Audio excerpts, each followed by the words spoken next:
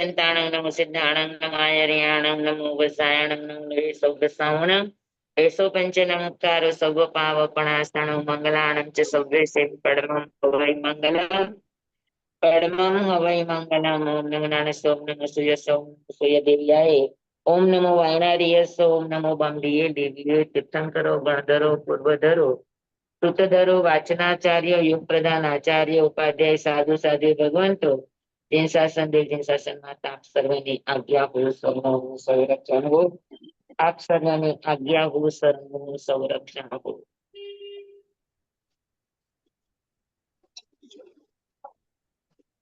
ચાલો હવે આપણે 10 કેટલા સૂત્રો થયા? 13મું આવ્યું.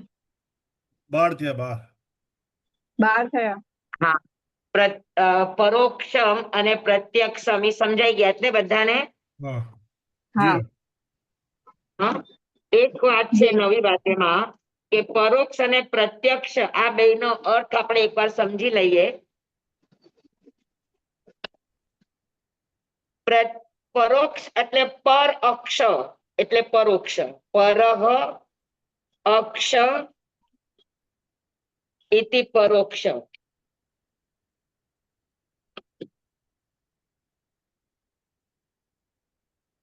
હા, અને પ્રતિ અક્ષ ઇતિ પ્રત્યક્ષ.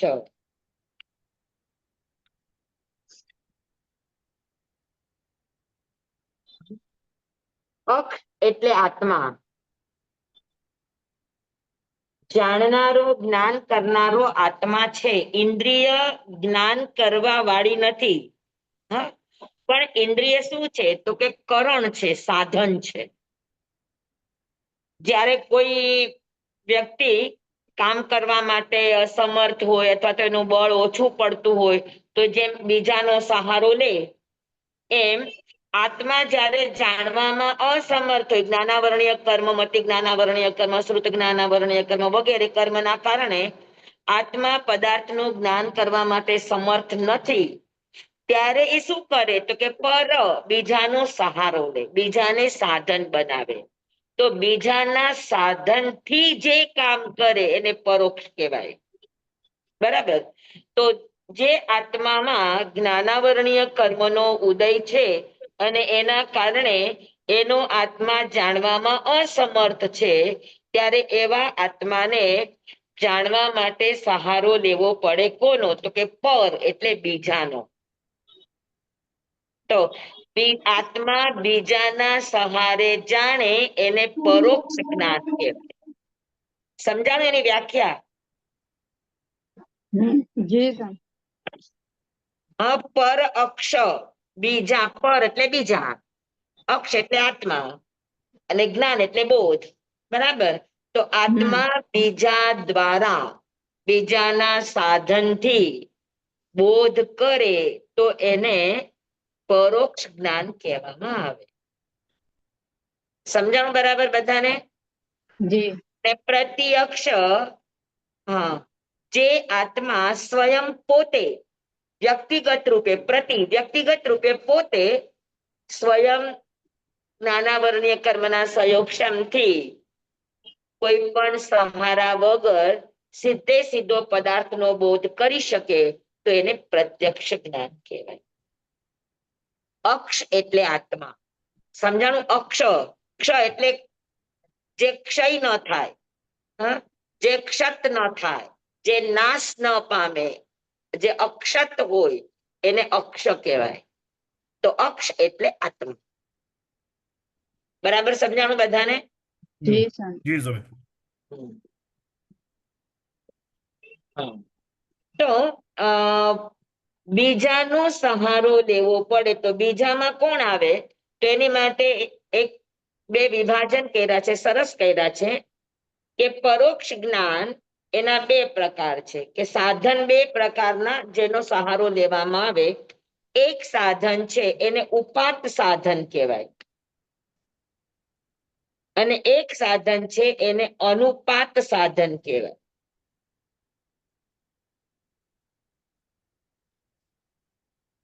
ઉપાત અને અનુપાત. ઉપાત એટલે પોતાના શરીર સાથે જોડાયેલું હોય એને ઉપાત કહેવાય. હા, અને પોતાના શરીર સાથે જોડાયેલું ન હોય, અન્ય હોય, એને અનુપાત કહેવાય. તો જેવી રીતે આત્માને પદાર્થનું જ્ઞાન કરવું છે, હા, તો એને શું કહેવાય, શરીરની અંદર ઇન્દ્રિય અને મન એ શરીરની અંદર છે, સંલગ્ન છે. તો ઇન્દ્રિય અને મનથી બોધ થાય. તો ઇન્દ્રિય અને મન એ કયું સાધન કહેવાય? તો કે ઉપાત સાધન કહેવાય, કે જે એના શરીરની સાથે જોડાયેલું છે, એના શરીરની અંદર જ છે. અને બીજું અનુપાત એટલે શરીર સાથે જોડાયેલું નથી પણ બહાર છે. હા, બરાબર. જેમ કે ઇન્દ્રિય, સોરી સોરી સોરી ઇન્દ્રિય નહીં, હા, आत्मा હા, જેમ કે લાઈટ અથવા પુસ્તક અથવા તો ગુરુજનો, બરાબર. તો લાઈટ હોય તો આપણને એને જણાય, નહીતર ન જણાય. પુસ્તક વગેરેની અંદરથી જાણે. તો આ બધા બહાર સાધનો છે જ્ઞાન મેળવવા માટે. પુસ્તક દ્વારા જાણ્યું, પ્રકાશ હતો એટલે જાણ્યું, અથવા તો કોઈ ગુરુજન પાસેથી સાંભળ્યું, આચાર્ય ઉપાધ્યાય કે સાધુ સાધ્વી કે ગુરુ ભગવંતોની પાસેથી સાંભળ્યું. તો આ બધા સાધનોથી જે જ્ઞાન થાય, આ બધા બાહ્ય સાધન છે, આપણા શરીર સાથે જોડાયેલા નથી. તો શરીર બહારથી થયેલા જે સાધનો દ્વારા આપણને બોધ થાય, પછી પુસ્તકથી બોધ થાય, પ્રકાશને લઈને બોધ થાય, કે ગુરુજનો દ્વારા બોધ થાય, તો એને કહેવાય અનુપાત પરોક્ષ જ્ઞાન. સમજાણું બરાબર? जी હા, તો પાકું? જી સ્વામી. તો અક્ષય એટલે શું? તો કે આત્મા. આત્માથી, આત્મા વડે, આત્મા અભિમુખ જે જાણે એને यक्स એને પ્રત્યક્ષ જ્ઞાન કહેવાય. સમજાણું બરાબર બધાને? जी પાકું? જી. જાણનારો આત્મા જ છે, પણ આત્મા જ્યારે નબળો હોય, એની પાસે સંયોગક્ષમનો અભાવ હોય, તો એ નબળા આત્માને જાણવા માટે સહારો લેવો પડે. બરાબર. પછી એ સક્ષમ થઈ જાય વહન કરવા માટે, પછી એને કોઈનો સહારો લેવો ન પડે. એમ આત્મા સાધના દ્વારા, વિશિષ્ટ પ્રયોગો દ્વારા, જ્યારે એને કોઈ સહારો લેવો નથી પડતો, એની મેળે જાણવા માંડે, ત્યારે એને પ્રત્યક્ષ જ્ઞાન કહેવાય. સમજાણું બરાબર? પાકું? પાક્કું. હા. જી સ્વામી. એટલે પ્રત્યક્ષ જ્ઞાન માટે એવી વ્યાખ્યા આવે છે કે અક્ષમ અક્ષમ પ્રતિવર્તતે ઇતિ પ્રત્યક્ષમ. અક્ષમ અક્ષમ પ્રતિવર્તતે ઇતિ પ્રત્યક્ષમ.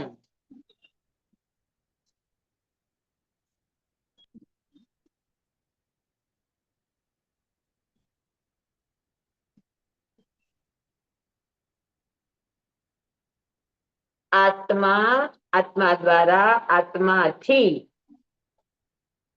ડાયરેક્ટ, હા, પ્રતિવર્તતે એટલે પદાર્થને જાણે છે, જુએ છે, તો એને પ્રત્યક્ષ જ્ઞાન કહેવામાં આવે. સમજાય કે બધાને? જી સ્વામી. પાકું? હમ. હા, તો પ્રત્યક્ષ અને પરોક્ષના આ રીતે ભેદો થયા છે.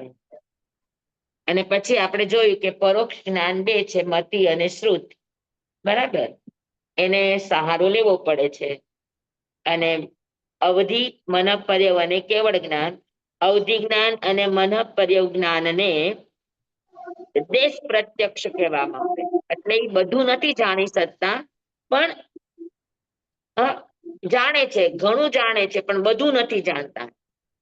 રૂપી પદાર્થોને જાણે છે અવધિ જ્ઞાન, મનની પર્યાયોને જાણે છે મનઃપર્ય જ્ઞાન, પણ સર્વદ્રવ્ય ક્ષેત્ર કાળ ભાવને નથી જાણતું. એટલે એને દેશ પ્રત્યક્ષ કહેવામાં આવે અને કેવળ જ્ઞાનને સર્વ પ્રત્યક્ષ કહેવામાં આવે. બરાબર? સમજાઈ ગયું? જી જી સ્વામી. તો જેનો જેટલો સહયોગક્ષમ વધારે એટલું એનું મતિશ્રુત અવધિ મનઃપર્ય જ્ઞાન વધારે ખુલે, વધારે સમય સુધી ટકે, અગર એનો સહયોગક્ષમ સક્ષમ છે તો. પણ સહયોગક્ષમમાં કમી છે તો પછી વિષયને પકડવાની અને જ્ઞાનને ટકાવવાની સ્થિતિ, આ બંનેમાં ફેરફાર આવી જાય. તો આ ચારેય જ્ઞાન મતિ, શ્રુત, અવધિ અને મનઃપર્ય જ્ઞાન, આ ચાર જ્ઞાન સહયોગક્ષમના આધારે થાય. બરાબર સમજાણું? હા, તે જ્ઞાનાવર્ણીય કર્મનો ઉદયમાં આવે એનો ક્ષય, ઉદયમાં નથી આવ્યા એનો ઉપશમ. પણ કેવળ જ્ઞાનાવર્ણીય કર્મનો ઉદય સતત ચાલતો હોય તો આ બધા જ જ્ઞાનને સહયોગક્ષમી જ્ઞાન કહેવામાં આવે. સમજાણું બરાબર બધાને? હા. અને સહયોગક્ષમમાં વિચિત્રતા છે. કોઈનો સહયોગક્ષમ વધારે છે તો એને જલ્દી યાદ રહી જાય અને લાંબા સમય સુધી યાદ રહે. કોઈનો સહયોગક્ષમ ઓછો છે તો એને ઓછું યાદ રહે, વધારે વાર મહેનત કરવી પડે અને પાછો તરત ભૂલી પણ જાય. તો આ બધાનો આધાર છે આત્માના પોતાના સહયોગક્ષમ ઉપર. બરાબર? તો આ તમારું બધું ક્લિયર થઈ ગયું? પ્રત્યક્ષમ, અન્ય, પરોક્ષ, આદ્ય, પરોક્ષમ, આ બધા અહીંયા સુધીના સૂત્રો બધાને બરાબર સમજાઈ ગયા? જી સ્વામી. હવે આમાં કોઈને કઈ પૂછવું છે તો આપણે નહીતર આગળ જઈએ.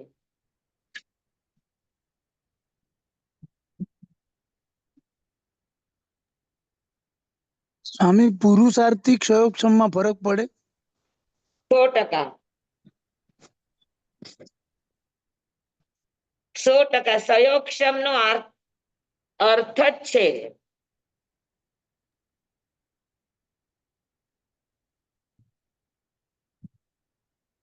સહયોગક્ષમ નો અર્થ જ છે પુરુષાર્થ, પ્રયાસ. જી. જીવનો જેટલો પ્રયાસ વધારે એટલું એમાં એને, હવે કોઈ માણસને યાદ ન રહેતું હોય પણ વારંવાર ઠાયકા વગર એનો પ્રયાસ કરતો રહે તો કોઈ પણ ઘાતી કર્મને ખપાવવા માટે પ્રયાસ અને પુરુષાર્થ જ કારગત છે, કોઈ પણ બીજા કારગત નથી. ઘાતી કર્મ આપણે જ ખપાવવાના છે ને એની માટે આપણો જ પ્રયાસ જોશે. પ્રયાસ કરીને થાકે તો નો આગળ વધી શકે. અથક પ્રયાસ, કંટાળ્યા વગરનો અજ્ઞાન પ્રયાસ, જી. અથક પ્રયાસ, થાયકા વગર, અજ્ઞાન પ્રયાસ, કંટાળ્યા વગર.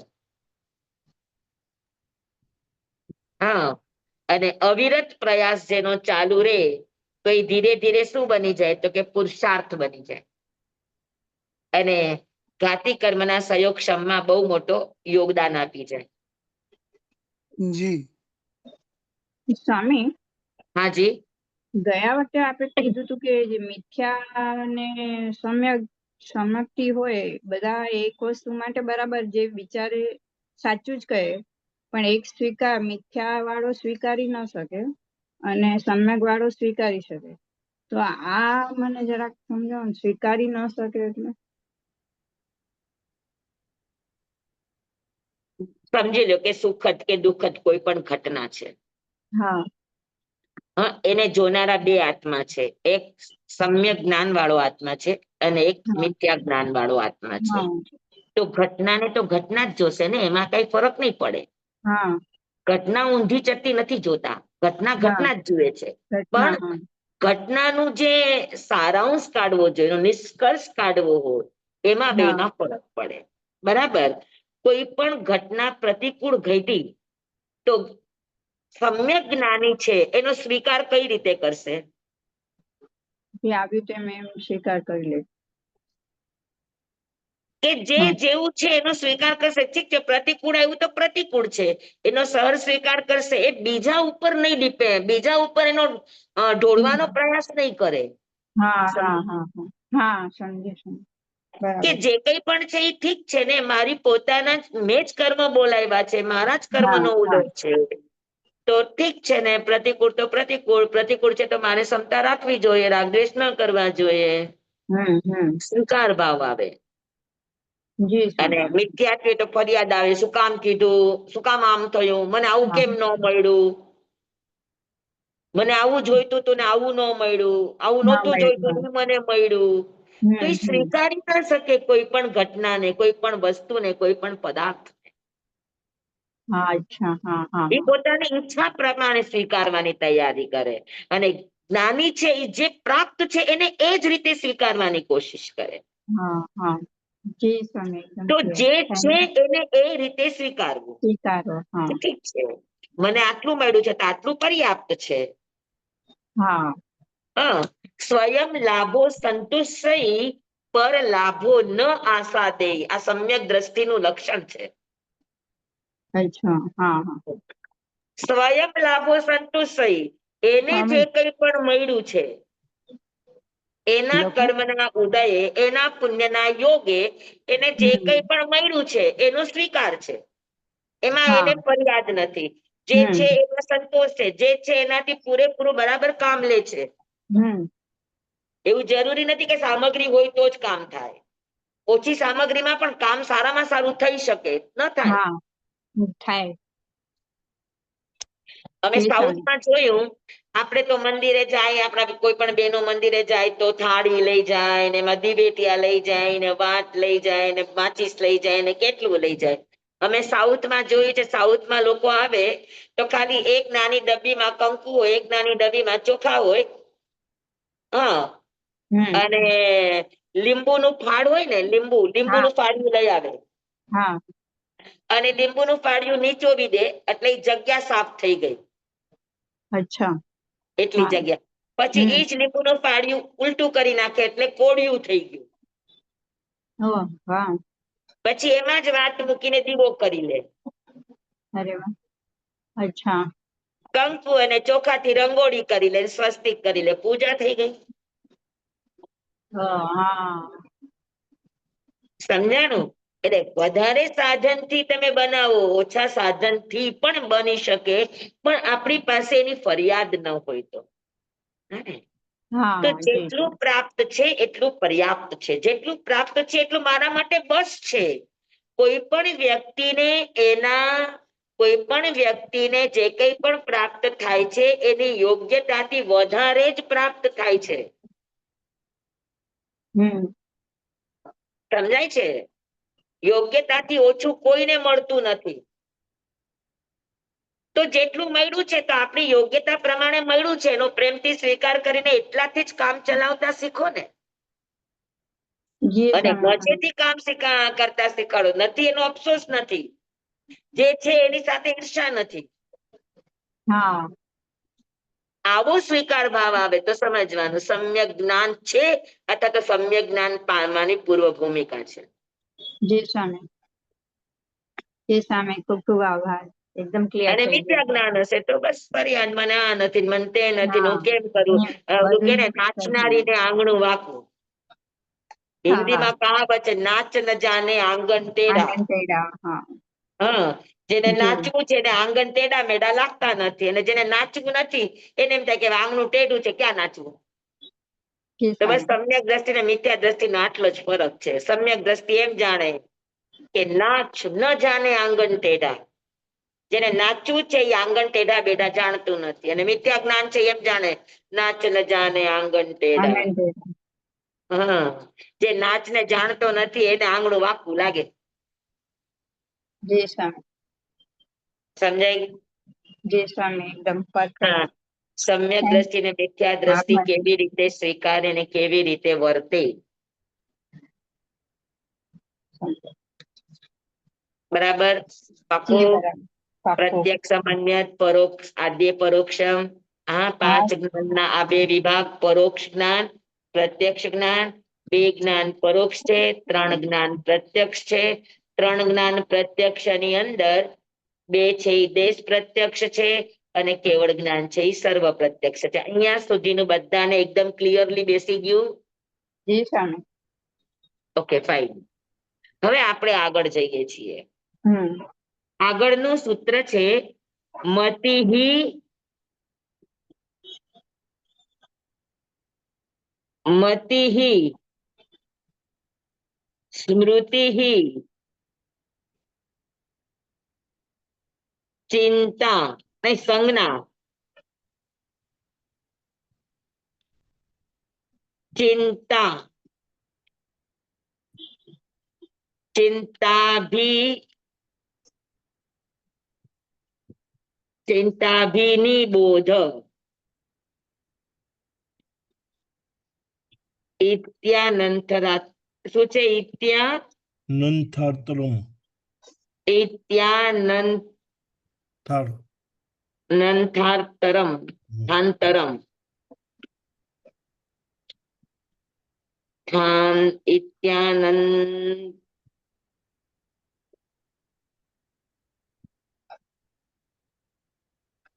ઇતિ ઇત્ય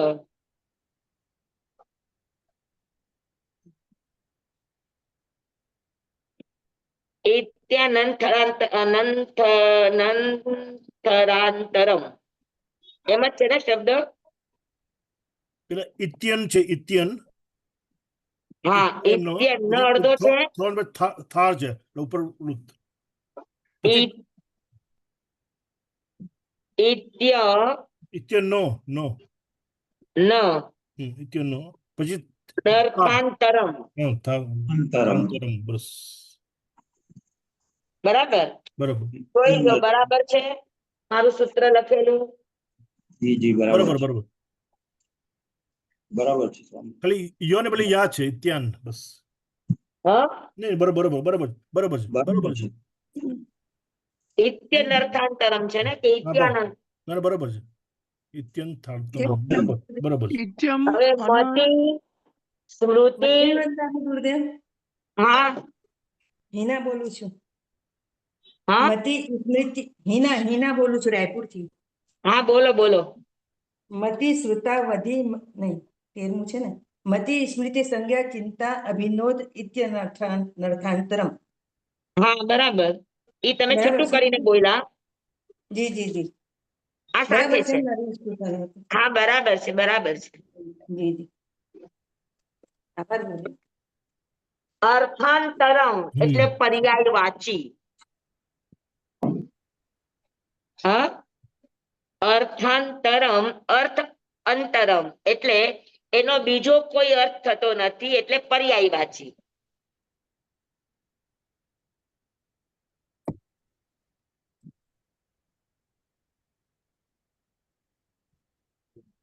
મતિહિ મતિ સ્મૃતિ સંજ્ઞા ચિંતા અભિનિબોધ આ બધા મતિ જ્ઞાનના અર્થાંતરમ એટલે પર્યાયવાચી શબ્દો છે.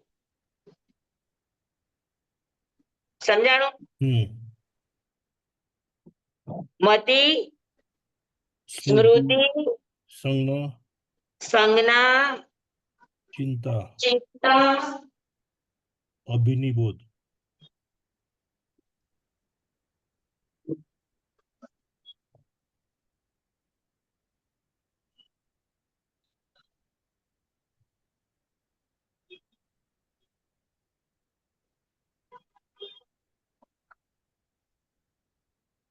એક મિનિટ હું જરાક એ સૂત્ર જોઈ લઉં મને જરાક કન્ફ્યુઝ છે એનું છૂટું કાઢવામાં.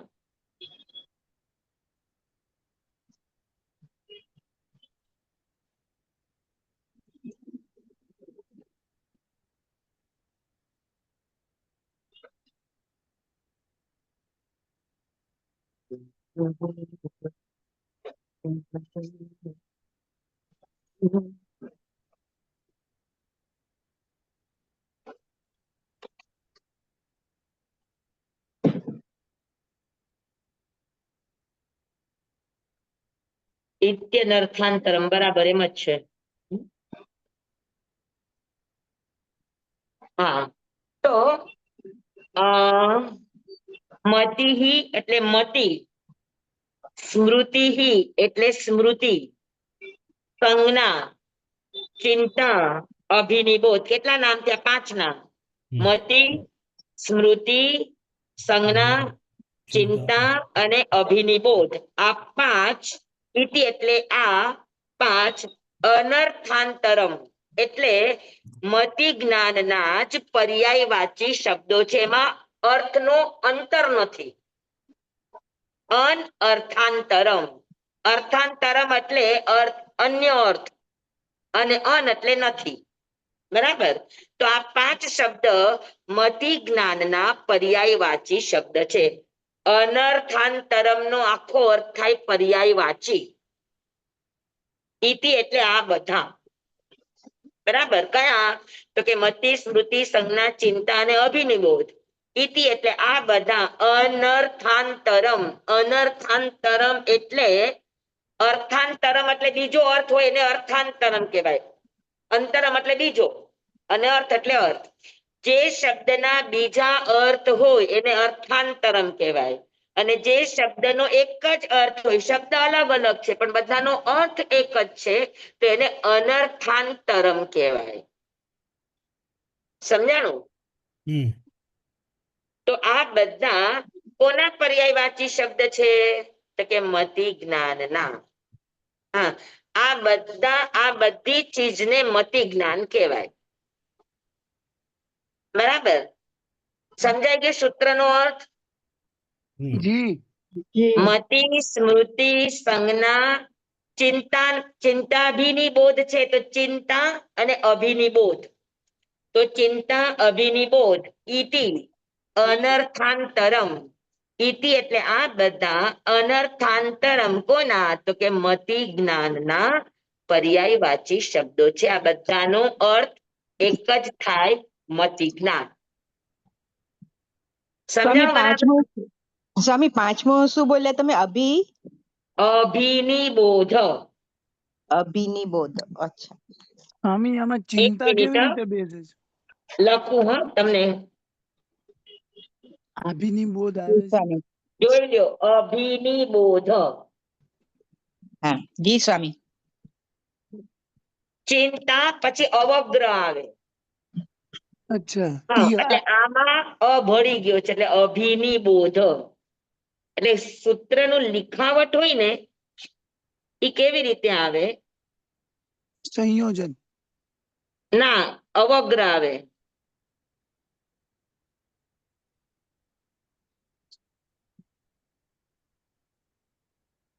આવી રીતે આવે લખાવટ. આ વચ્ચે અવગ્રહ આવે. અવગ્રહ આવે એટલે સમજી જવાનું કે આનો અ અથવા આમાં ભળી ગયો છે. તો ચિંતાની અંદર અભિનિબોધ નો અ ભળી ગયો છે એટલે આ માર્કો આપ્યો છે. આને અવગ્રહ ન કહેવાય. સ્વામી મધ્યાહ્ન વંદામી. હાજી. આમાં શું છે કે આ 5 શબ્દના અર્થમાં કોઈ ફેર નથી, પણ વ્યવહારમાં તો આપણે સ્મૃતિ એટલે આપણને જે યાદ રહી જાય એને આપણે સ્મૃતિ નહીં, કહીએ. મતિ જ્ઞાનના અર્થમાં ભેદ નથી. સમજાવું તમે? મારું કહેવાનો અર્થ શું છે કે મતિ જ્ઞાનના આ બધા પર્યાયવાચી છે. તો મતિ જ્ઞાન સિવાય આ 5નો બીજો કોઈ અર્થ નહીં થાય. મતિને મતિ જ્ઞાન કહેવાય, સ્મૃતિને મતિ જ્ઞાન કહેવાય, સંજ્ઞાને મતિ જ્ઞાન કહેવાય, ચિંતાને મતિ જ્ઞાન કહેવાય, અભિનિબોધને પણ મતિ જ્ઞાન કહેવાય અને શ્રુત જ્ઞાન ન કહી શકાય. એટલે આ બધા જ મતિ જ્ઞાન માટે વપરાતા શબ્દો છે. એટલે એકાર્થ છે, અર્થાંતરમ નથી. સમજાણું? પણ શબ્દ ભેદે અર્થભેદ. જેટલા શબ્દ આપો એ બધાના કાંઈક ને કાંઈક તો અર્થભેદ કઈ આપણે કહીએ છીએ ને, ભિક્ષુ, શ્રમણ, નિર્ગ્રંથ, સાધુ, તો આ બધા છે એક સાધુને જ, કે આ બધા શબ્દ એક સાધુને માટે વપરાય, પણ છતાં શબ્દભેદ એ અર્થભેદ. બધાના શબ્દો ભિક્ષા લેવા જાય તો ભિક્ષુ કહેવાય, શ્રમ કરે તો શ્રમણ કહેવાય, સાધના કરે તો સાધુ કહેવાય, મૌન કરે તો મુનિ કહેવાય. એ તો અવસ્થા હા, ભેદ થયો ને સ્વામી? હા, બરોબર. હા, સમજાણું? આપણે હા, ત્યાં સાત સમજાયું. નહીં છે, તો રુજુ સૂત્ર નહીં છે એ બધાને ભિક્ષુ ન કે, તો ત્યાં શબ્દ ભેદે અર્થ ભેદ આવશે. તો મતિ સ્મૃતિ એ વ્યક્તિગત એના અર્થો અલગ અલગ છે, પણ છતાં આ આ ઇન્ડિકેટ કોને કરે છે? હા, સમજાયું આ સ્વામી બધા તમે શબ્દો કીધું. સૂચિત કયા જ્ઞાનને કરે છે? તો કે મતિ જ્ઞાન. આ બધા જ જ્ઞાનમાં મતિ જ્ઞાનના વર્ણ્ય કર્મનો સહયોગક્ષમ મુખ્ય કારણ છે, જવાબ છે. સમજાણું બધાને? હા રેખાબેન? હા, સ્વામી તમે જેવું ઉદાહરણ આપ્યું ભિક્ષુ સાધુ એટલે તરત જ એનો ખ્યાલ આવી ગયો અને સમજાઈ ગયું, વ્યવસ્થિત રીતે સમજાણું. મેં તો નહોતું હા ખબર. બરાબર. એટલે કહેવાનો તો શું છે કે મતિ જ્ઞાન માટે આ અનર્થાંતરમ નથી. મતિ જ્ઞાન માટે આ બધા જ એકાર્થવાચી છે. હા, સમજાણું બરાબર? હવે આપણે એક એક નો અર્થ અલગ અલગ કરશું, પણ આ પાંચે પાંચ મતિ જ્ઞાનના જ અંગો છે, મતિ જ્ઞાનના જ પ્રકારો છે. સમજાણું? પછી મતિને મતિ જ્ઞાન કહેવાય ને સ્મૃતિને શ્રુત જ્ઞાન કહેવાય એવું નથી. સ્મૃતિ પણ મતિ જ્ઞાનનો જ પ્રકાર છે, સંજ્ઞા પણ મતિ જ્ઞાનનો જ પ્રકાર છે, ચિંતા પણ મતિ જ્ઞાનનો જ પ્રકાર છે, અભિનિબોધ પણ મતિ જ્ઞાનનો જ પ્રકાર છે. આ પાંચેયની અંદર બોધ થવામાં મતિ જ્ઞાના વર્ણનીય કર્મનો સહયોગક્ષમ જ જવાબદાર છે. તો એ અપેક્ષાએ આ બધા અનર્થાંતરમ છે, એટલે પર્યાયવાચી છે, અર્થાંતરમ નથી. બેસી ગઈ બધાને બરાબર આ વાક્યનો અર્થ? હા સ્વામી. ચાલો હવે આપણે એક એક નો અર્થ કરીએ. મતિહી, મતિહી, મતિ એટલે મનનમ મતિહી, જે મનન થાય, જે મનન કરી શકે, બુદ્ધિથી એ વસ્તુનો વિચાર કરી શકે, એને મતિ કહેવાય. મતિ એટલે બુદ્ધિ, મતિ એટલે મનન, મનનમ મતિહી.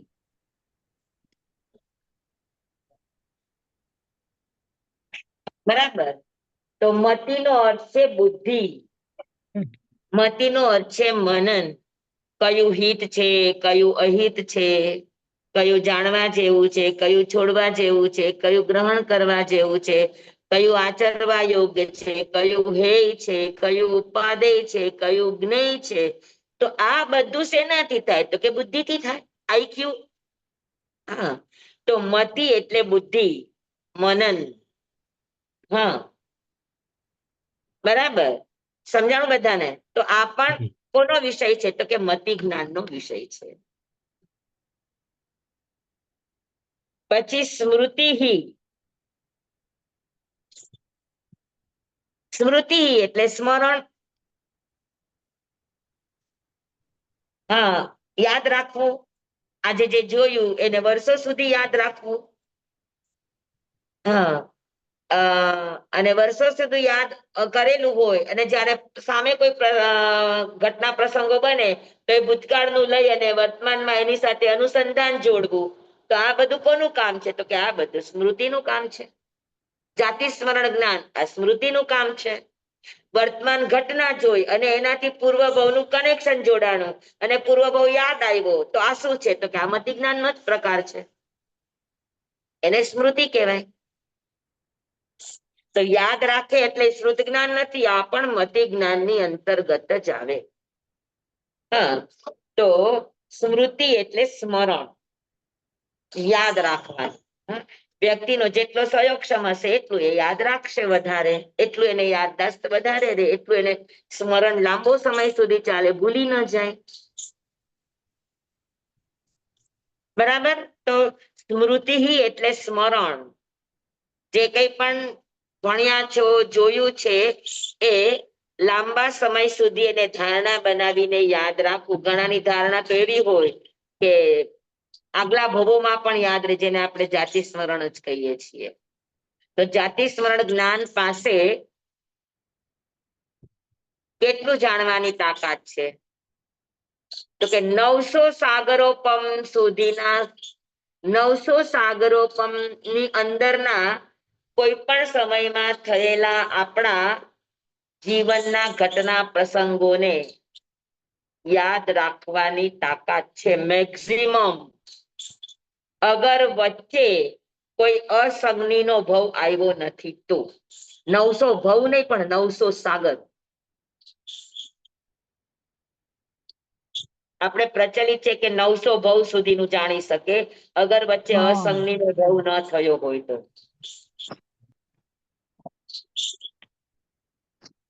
પણ સંગનીપણું કાય સ્થિતિ પ્રમાણે 900 સાગર છે. તો અગર સંગનીપણું કન્ટિન્યુ 900 સાગર સુધી રહ્યું તો એ 900 સાગરના દરેક ભવોની ઘટનાને યાદ રાખી શકે એટલી સ્મૃતિની તાકાત છે. પછી ભવ ભલે ગમે એટલા થયા હોય. સંગની ના થવા જોઈએ, અસંગની વચ્ચે નહીં આવવો જોઈએ. કન્ટિન્યુટી સંગની હોય તો જાણી શકે, અને અસંગની આવ્યો તો ત્યાંથી બ્રેક થઈ જાય. પછી અત્યારે આ લોકો બધા જે શતાવધાન, સહસ્રાવધાન, આ બધા સ્મૃતિની અંદર આવે, ધારણા શક્તિના પ્રયોગો. હા, આપણે પણ યાદ કરવું હોય તો આપણે તો શું છે, હું ભણાવું ત્યારે તમે બધા લખવામાં આવો તો ઘણી વાર હું ભણાવતી હોય તો એ ઘણા શબ્દો તમારા છૂટી પણ જતા હોય. પછી નવી બીજી વાર આવે એટલે કે સામે આ શું કીધું તું, કઈ સમજાણું નહીં. પણ અગર તમારે મતિ જ્ઞાનાવરણીય કર્મનો સહયોગક્ષમ કરવો હોય તો આખો ક્લાસ બરાબર ધ્યાનપૂર્વક સાંભળી દો. ખાલી નોટ કરવું છે તો ખાલી પોઈન્ટ નોટ કરો, બાકી વધારે કઈ નોટ નહીં કરો. અને પછી જેવો ક્લાસ પતે એટલે તરત જ તમે એ આખું ડિક્ટેટ કરી દો. અને ક્યાંય પણ ભૂલો તો તમારી પાસે તો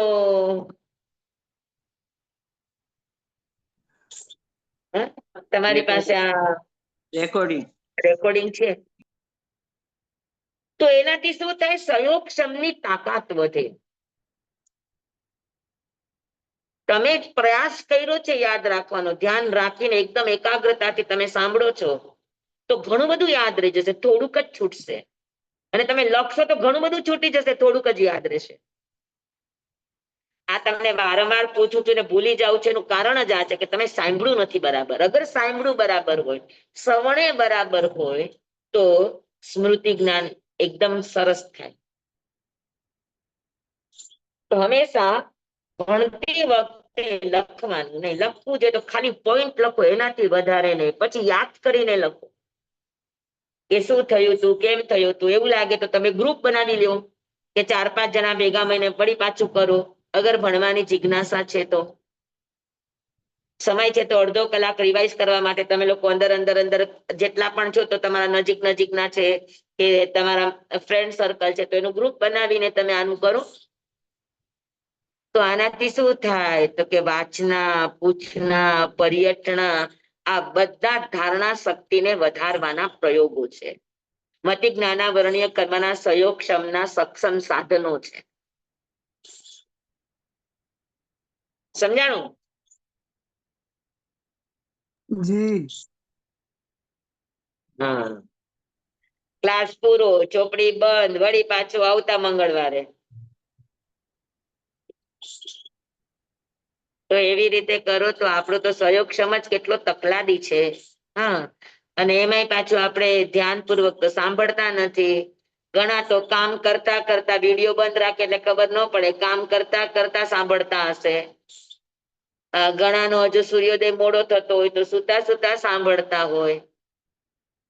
તો કેટલી બધી આપણી ભણવાની સ્થિતિઓ કેટલી બધી નબળીઓ છે. તો હવે આવી બધી ઉત્તમ ચીજો કઈ વારંવાર તો કોઈ સમજાવશે નહીં ને. તમને બધાને આશ્વાસન છે કે આપણે રેકોર્ડિંગ છે ને સાંભળી લેશું.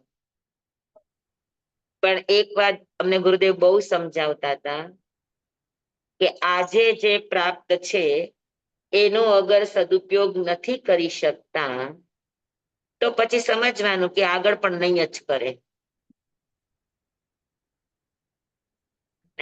આપણે એમ કહીએ કે અત્યારે આપણી સામે તીર્થંકર નથી, આપણી સામે અત્યારે મોક્ષ નથી, અત્યારે આપણી પાસે વજ્રવૃષભના આરાચા સહન નથી, તો આપણો મોક્ષ નહીં થાય. નહીં થાય મોક્ષ નહીં થાય તો કઈ નહીં, પણ કમસે કમ તમારા આત્માને એલર્ટ તો કરી લ્યો, યોગ્ય ને પાત્ર તો બનાવી લ્યો. હા, તમારા યોગોને સમર્પણ તો શીખડાવી દો કે પછી જ્યારે યોગ આવશે ત્યારે એક જ ધડાકે કામ થઈ જાય. આપણે બીજો ધડાકો કરવો ન પડે. તો એ પેલાની બધી સાવચેતી, એ પેલાની બધી સાધનાઓ આપણી પાસે છે.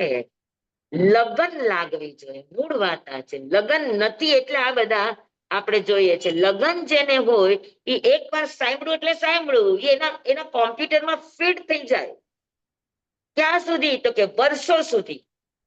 કમસે કમ આ ભવ પૂરતું તો ફિટ થઈ જાય તો જ તો એને ભૈણા કહેવાય. આજે ભૈણા ને કાલે ભૂયલા તો ભૈણા થોડાક કહેવાય. ખાલી કાનને રાજી રાખ્યો, એનાથી વધારે કઈ ન થાય.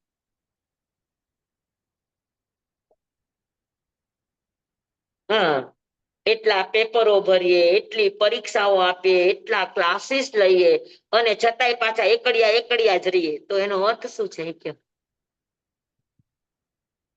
બેઝિક ચીજો પણ આપણાથી યાદ નથી રખાતી. તો આ બધી તત્વજ્ઞાન અને તત્વાર્થની વાતો તો આગળ જાશો તેમ તમને સમજાશે. તો સમજાણું, સ્મૃતિ એટલે સ્મરણ, ધારણા. હા, આ પણ મતિ જ્ઞાનનો પ્રકાર છે. મતિહિ સ્મૃતિહિ. પછી સંજ્ઞા. સંજ્ઞા એટલે આહારભાઈ મૈથુન ને સંજ્ઞા એટલે ઈચ્છા, જિજ્ઞાસા.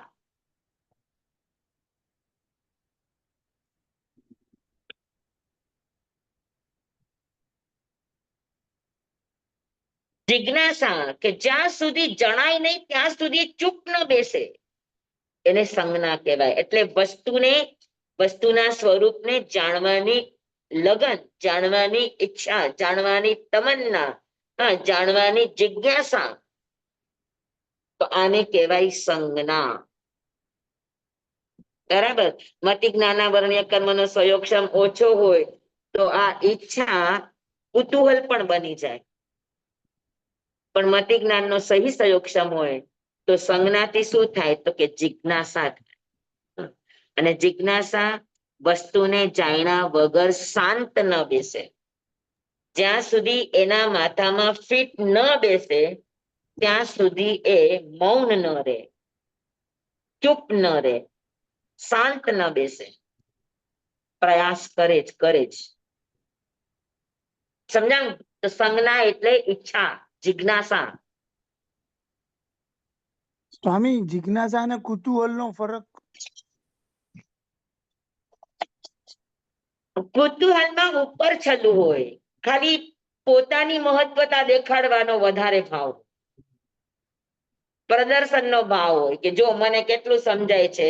પૂછવા પાછળ જાણવાની જિજ્ઞાસા ન હોય, કા સામે વાળાને માપવાની વાત હોય, કા પોતાની મહત્તા દેખાડવાના ભાવ હોય, કા ઉપર છલું બસ ઠીક છે જાણી લઈએ. જ્યારે જિજ્ઞાસા છે એ વસ્તુના તહ સુધી પહોંચવા માટેની એક એવી શું કહેવાય, ચાવી છે. ચાવી નહીં પણ એક એવી ફિલિંગ કહેવાય કે જે એને શાંત ન બેસવા દે અંદર. આ એક ઇમોશન છે જિજ્ઞાસા. હા, અને એ ઇમોશન જ્યાં સુધી તમે વસ્તુને પૂરેપૂરું નહીં નહીં જાણવું અને એ વસ્તુને અધૂરું નહીં જાણે. કુતૂહલ શું કરશે ખબર છે કે તમે એક વસ્તુ પછી આને શું કહેવાય એક અર્થ કે ઓહો હો સમજાઈ ગયું સમજાઈ ગયું સમજાઈ ગયું. જ્યારે જિજ્ઞાસા છે એ તરત નહીં શાંત થાય. એમ પૂછશે કે આ કીધું તો આનું શું કારણ, આનું કારણ તો એનું શું કારણ, એના તહ સુધી પહોંચવાની કોશિશ કરશે, એના મૂળ સુધી પહોંચવાની કોશિશ કરશે. જી તહેત કરીને તરસ સ્વીકારીને તહેત કરીને તરસ સ્વીકારશો તો એ તમારું ઉપલ શરૂ જ લેશે.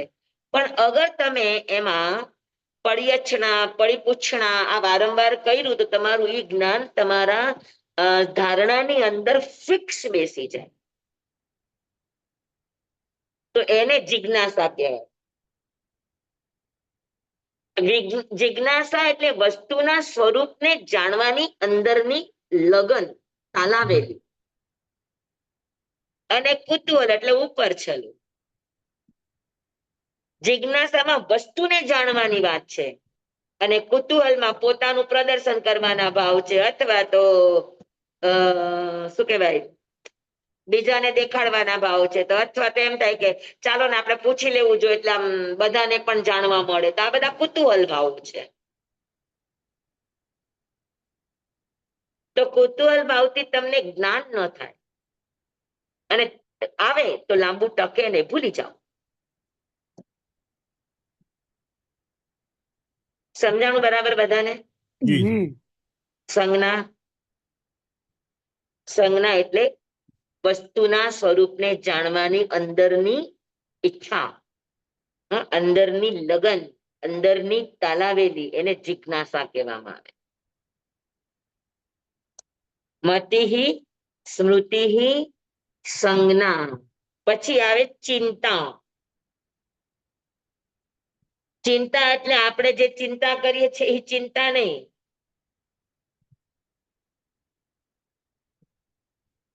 હા, ચિંતા છે ને શબ્દમાંથી જાગે.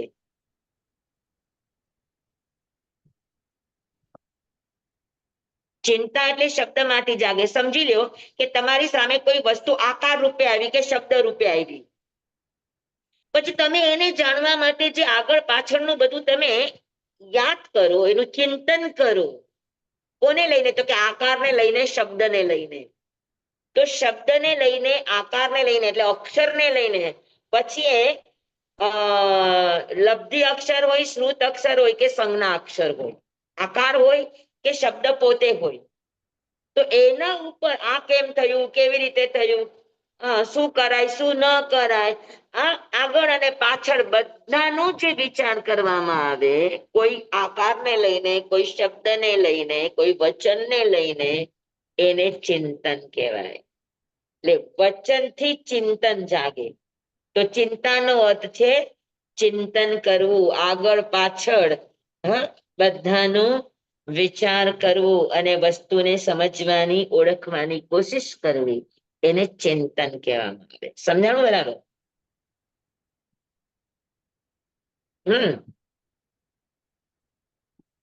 જી જી સર. જી સ્વામી. હા, તો શબ્દને લઈને, આકારને લઈને તમારી સામે કોઈ ઘટના આવી તો કા આકાર આવશે ને કા શબ્દ આવશે. તો એને લઈને આગળ પાછળનું જે ચિંતન કરવામાં આવે, આગળ પાછળનો જે વિચાર કરવામાં આવે, એને ચિંતન કહેવાય. અને પરિસ્થિતિને કારણે જે પેદા થાય તે તાણ કહેવાય, ચિંતા. એમ હા, પરિસ્થિતિને કારણે તાણ ઊભી થાય, પરિસ્થિતિના કારણે તાણ ઊભી થાય, માનસિક તાણ, એને ચિંતા કહેવાય. તાણ તાણ ઊભી થાય તો હા, તો ચિંતા.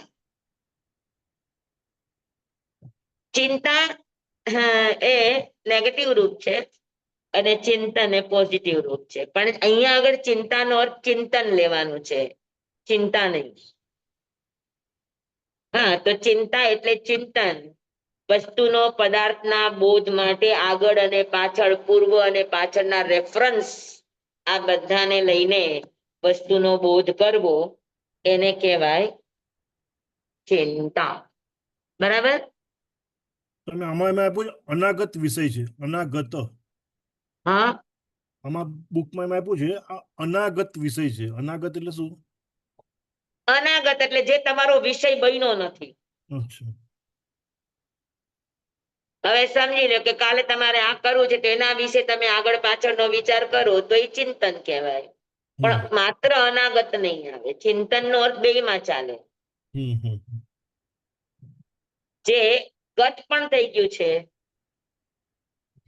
હા, તો એમાં પણ તમે શું કરી શકો, કેમ કરી શકો, શું કારણ બન્યું, કેવી રીતે બન્યું, તો આ બધું ચિંતનમાં જ આવે. પછી આનું ભવિષ્યમાં શું હવે કરી શકાય, તો એ ચિંતન છે. બરાબર. જી સ્વામી.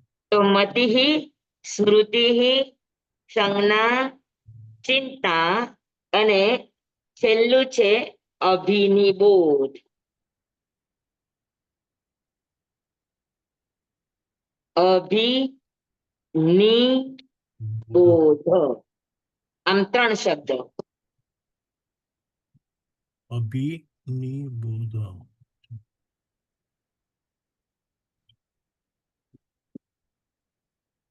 અભિનિબોધ. અભિ એટલે સામે આવેલા, સન્મુખ આવેલા પદાર્થોનું, નિયત એટલે નિયત પદાર્થોનો બોધ કરે એને અભિનિબોધ કહેવાય. આભિ એટલે સન્મુખ આવેલા, ની એટલે નિયત પદાર્થોના, બોધ એટલે બોધને અભિનિબોધ જ્ઞાન કહેવામાં આવે. બરાબર. શબ્દ સામે આવે તો નિયત કાન, કાન છે નિયત શબ્દને જ સાંભળશે. આંખ છે નિયત રૂપને જ જોશે, રંગને જ જોશે, આકારને જ જોશે. નાક છે નિયત ગંધને જ પકડશે. હા, તો આ બધા એની સન્મુખ જે જે વિષય આવશે એ નિયત વિષય જ આવશે. કાનની સામે શબ્દ જ આવશે, આંખની સામે રંગ અને રૂપ જ આવશે, નાકની સામે ગંધ જ આવશે, જીભની સામે રસ જ આવશે અને સ્પર્શની સામે સ્પર્શ જ આવશે, ચામડીની સામે. બરાબર. તો જે તે ઇન્દ્રિયો પોતાની સન્મુખ આવેલા, અભિમુખ એટલે સામે આવેલા, એની સાથેનો સંપર્ક જરૂરી છે. પછી સંપર્ક નજીકથી અડીને થાય કે સંપર્ક દૂરથી થાય, પણ સંપર્ક થવો અનિવાર્ય છે, અભિમુખ થવું અનિવાર્ય છે. બરાબર. આંખ છે એ વસ્તુને અડવા નથી જતી, પણ એનો દૂરથી જ સંપર્ક થઈ જાય છે આંખની સાથે. બરાબર. તો અભિ એટલે વિષય સન્મુખ થવા પર જે તે ઇન્દ્રિયો એના નિયત નિશ્ચિત બોધને જાણે એને અભિનિબોધ કહેવાય. સમજાય ગયું બધાને? જી. પાકું?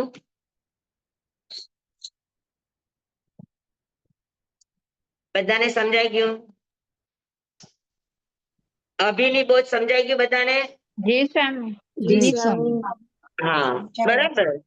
તો સન્મુખ આવેલા પદાર્થોના નિયત બોધને જાણનારું જ્ઞાન એને મતિ જ્ઞાન કહેવાય. બરાબર. ગત અનાગત આ બધાના પૂર્વાપર રેફરન્સ સાથે પદાર્થના બોધને જાણનારું જ્ઞાન ચિંતા એ પણ મતિ જ્ઞાન કહેવાય. હા, પછી જાણવાની જિજ્ઞાસા, અંદરથી ઈચ્છા થવી, અંદરથી જિજ્ઞાસા થવી, તાલાવેલી થવી, આ પણ મતિ જ્ઞાનનો પ્રકાર છે. પછી આગળનું યાદ રાખવું, જે પેલા થઈ ચૂક્યું છે એને યાદ રાખવું, આ પણ મતિ જ્ઞાનનો વિષય છે. અને મનન બુદ્ધિ, હે જ્ઞેય ઉપાદે, આ બધાનો વિવેક અને એ કરવો એ બુદ્ધિ પણ મતિ જ્ઞાનનો પ્રકાર છે. મતિ જ્ઞાનાવર્ણીય કર્મના સંયોગક્ષમથી આ 5 રીતે મતિ જ્ઞાન થાય. મતિ રૂપે, સ્મૃતિ રૂપે, સંજ્ઞા રૂપે, ચિંતા રૂપે અને અભિનિબોધ રૂપે જે પદાર્થનું જ્ઞાન થાય આને મતિ જ્ઞાન કહેવામાં આવે છે. સમજાઈ ગયું બધાને? જી એકદમ એકદમ સરસ સમજાવ્યું. એકદમ મહાનુભાવું. વેરી ગુડ, સરસ. હવે છે ને તત્વાર્થ ઉપર ટીકા લખી છે 3 જણાએ. એક પૂજ્યપાદ સ્વામીએ લખી છે, એક અકલંક સ્વામીએ લખી છે અને એક વિદ્યાનંદજી સ્વામીએ લખી છે.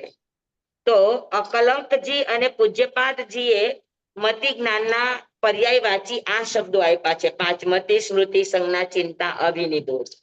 પણ વિદ્યાનંદ જે 8મી શતાબ્દીમાં થયા, વિદ્યાનંદજી જેમણે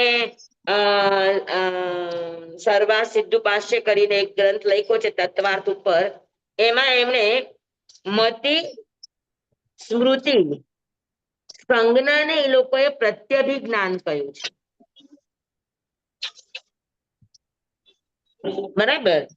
પછી ચિંતાને એ લોકોએ તર્ક શબ્દ આપ્યો છે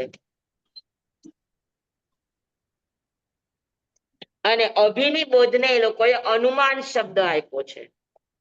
તો એના અર્થ એના પ્રમાણે એટલે વિદ્યાનંદજીના પ્રમાણે મતિ જ્ઞાનના 5 પર્યાયવાચી શબ્દ થયા મતિ,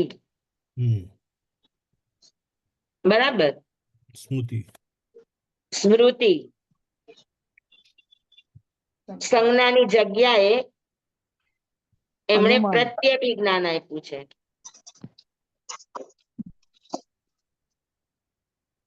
પછી ચિંતાની જગ્યાએ તર્ક આપ્યો છે અને અભિનિબોધની જગ્યાએ અનુમાન આપ્યું છે. તો આ પણ મતિ જ્ઞાનના પ્રકાર છે. હા, અને અકલંક સ્વામી અને પૂજ્યપાદ સ્વામીએ મતિ, સ્મૃતિ, સંજ્ઞા, ચિંતા અને અભિનિબોધ, સરવાળે વાત તો એક જ છે.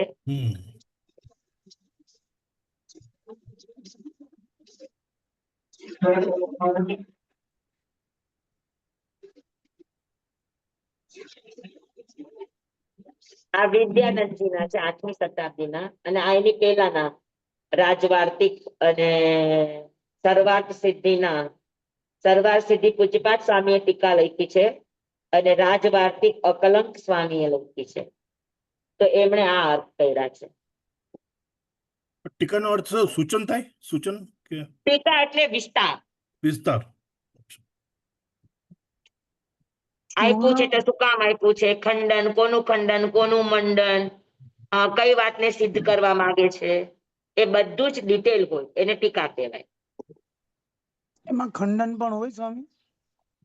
ખંડન એટલે બીજા મતોનું ખંડન કરે ને. જેમ કે આપણે કીધું કે તત પ્રમાણે. તત પ્રમાણ એટલે શું કે આ બધા જ્ઞાન છે એ પ્રમાણ છે. તો એનાથી આ સૂત્રથી એને બીજા મતોનું ખંડન કર્યું છે કે કોઈ ઇન્દ્રિયને પ્રમાણ માનતા હતા તો એનું ખંડન થયું, કોઈ મનને પ્રમાણ માનતા હતા તો એનું ખંડન થયું, કોઈ યોગીને માનતા હતા, યોગી કહે તે પ્રમાણ, તો એ ખંડન થયું. તો ટીકામાં આ બધું વર્ણન હોય. અને ચૂંટણીમાં બધામાં થોડો થોડો ફરક હોય. કોઈમાં પર્યાયવાચી શબ્દો હોય, કોઈમાં ડિટેલ હોય, આવું બધું ખંડન અને મંડન હોય, કોઈમાં ખાલી ભાવાર્થ જ હોય. સમજાઈ ગયું બધાને? આ સૂત્ર મતિ, સ્મૃતિ, સંજ્ઞા, ચિંતા, અભિનિબોધ ઇત્યનર્થાંતરમ સમજાઈ ગયું? જી જી સ્વામી. સ્વામી. બાપુ આજે આટલું બસ. જી સ્વામી. સ્વામી સ્વામી ક્વેશ્ચન છે પૂછો. તત્વાર્થમાં મજા આવે છે ને? જી સ્વામી. જી સ્વામી, બહુ મજા આવે. અઘરું નથી લાગતું ને? ના તમે એટલું બધું સમજાવો છો તો અઘરું શું લાગે? છતાં પણ તત્વ છે, ન સમજાય તો પૂછી લેજો, હને? જી સ્વામી. પછી મનમાં ને મનમાં રહી જાય તો એ વિષય આગળ જતા કાચો રહે. એટલે કઈ પણ પ્રશ્ન થાય તો તરત પૂછી લેવા, હને? જી સ્વામી. સ્વામી એક પ્રશ્ન છે પૂછી લો. હા હા, પૂછો.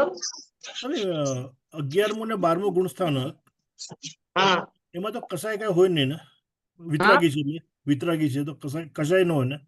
હા, તો અમારા જે સિલેબસમાં આગળ આવ્યું છે ને કે 11-12 ગુણ સ્થાને કસાઈનું પ્રતિક્રમણ કરે તો એ મને સમજ ન પડી. એટલે હા 11 ને 12 ગુણ સ્થાનક વાળા કસાઈનું પ્રતિક્રમણ કરે એમ, તો કસાઈ તો હોય નહીં તો પ્રતિક્રમણ શા માટે કરવું પડે? તો એટલે તો પ્રતિક્રમણ કહેવાય. એટલે સમજ ન પડી મને બહુ.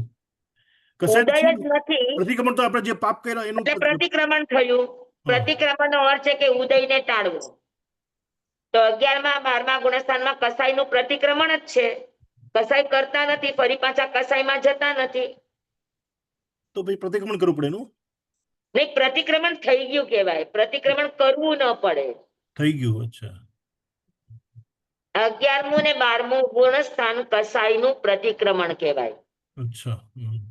એટલે કસાઈનું પ્રતિક્રમણ થઈ ગયું, એના અતિક્રમણો બંધ થઈ ગયા. કારણ કે ઉદય જ નથી. ઉદય હોય તો અતિક્રમણ કરે, ઉદય જ નથી તો અતિક્રમણ નહીં કરે, અને અતિક્રમણ નહીં કરે તો પ્રતિક્રમણ કરવાનો સવાલ નહીં થાય. એટલા માટે કીધું છે. અને 11માં ગુણસ્થાનમાં કસાઈ છે નહીં, પણ સત્તામાં બેઠા છે. હા, ઉપશાંત મૌની અને ક્ષીણ મૌની. ઉપશાંત 12મા ગુણસ્થાનમાં સત્તામાં નથી, હા. પણ 11મા ગુણસ્થાનમાં સત્તામાં પડ્યા છે. અચ્છા. તો 12મા ગુણસ્થાને પ્રતિક્રમણ ન આવે ને? 12મામાંય ન આવે ને 11મામાંય ન આવે. કસાઈનું પ્રતિક્રમણ બેયને ન કરવું પડે, કારણ કે ઉદય જ નથી. પ્રતિક્રમણ ક્યારે કરવું પડે? અતિક્રમણ થાય તો. અને અતિક્રમણ ક્યારે થાય?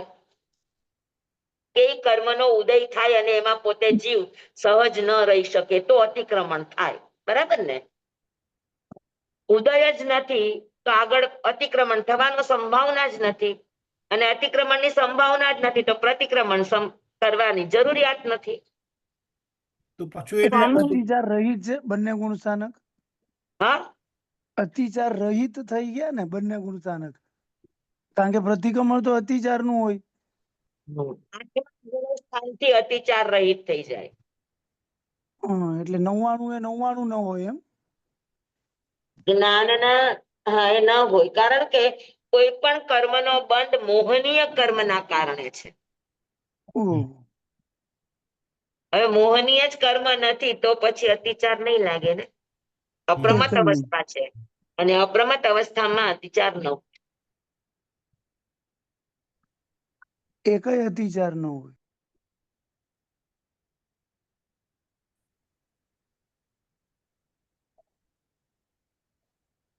બરાબર?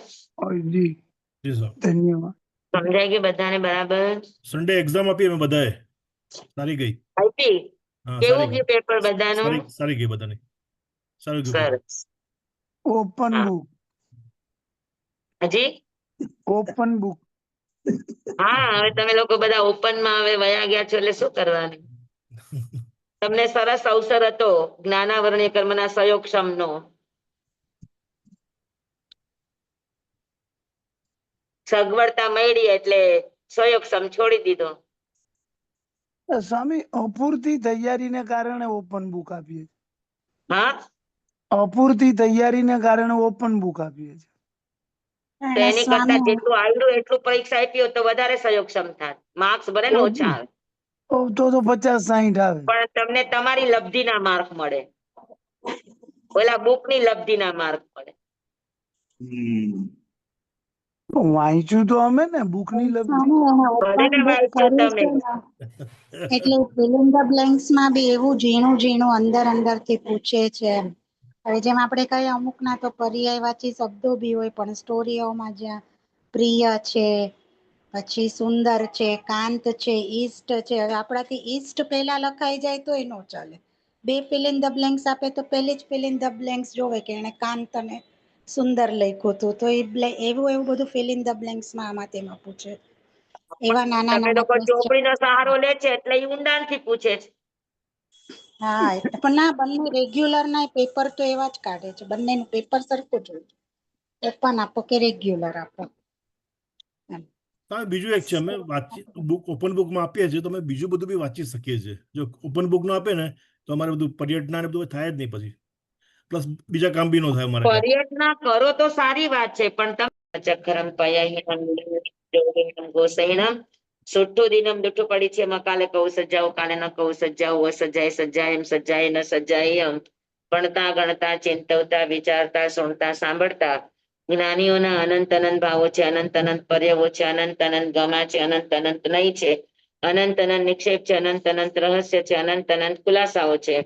આમાંથી કોઈ પણ ભાવભેદ નહીં નિક્ષેપ ગમા રહસ્ય ખુલાસાનું સ્ખલન છદમસ્ત ભાવે મારા બોલવામાં કહેવામાં સમજાવવામાં આવ્યું હોય આપના સાંભળવા સમજવામાં આવ્યું હોય તો અર્યાંશિત કેવડી ગુરુ ભગવાન આપની સાક્ષી આત્મા પરમાત્માની સાક્ષી દસમેચ્છામિ દુક્કડમ તમેવ સત્યમ નૈસંકમ જમ જીણેહિન પવેયમ સેવમ ભંતે સેવમ ભંતે સેવમ ભંતે પિબેમિ.